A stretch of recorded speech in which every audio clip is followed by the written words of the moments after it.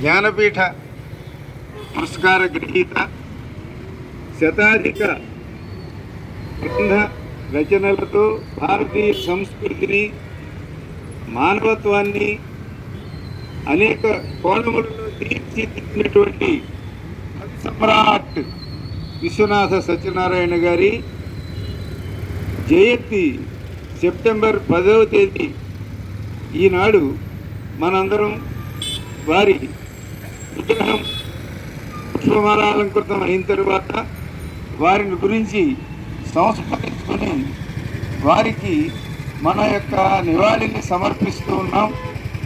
విశ్వనాథ వారిని గురించి 1-2 మాటల్లో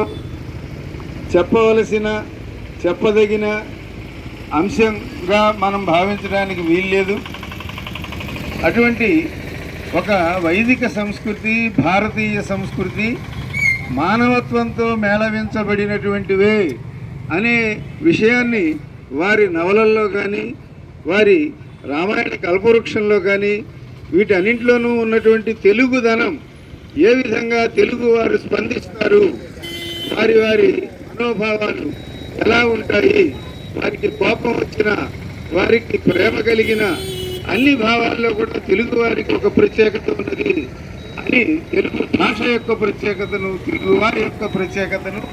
తన రచనల్లో చూపించడమే ఆయన తొలి రచన నుంచి మొదటి రచన వరకు కూడా ఒకే లక్ష్యంతో వారు చేసినటువంటి శతాధిక రచనలు అన్నీ కూడా ఈ తరము, రాబోయే తరాలు, ముందు తరాలకు అనుభవించినటువంటి అవసరం ఉన్నది. ఎందుకంటే మనుషుల్లో మానవత్వం నిలబడాలంటే విశ్వనాథ వారి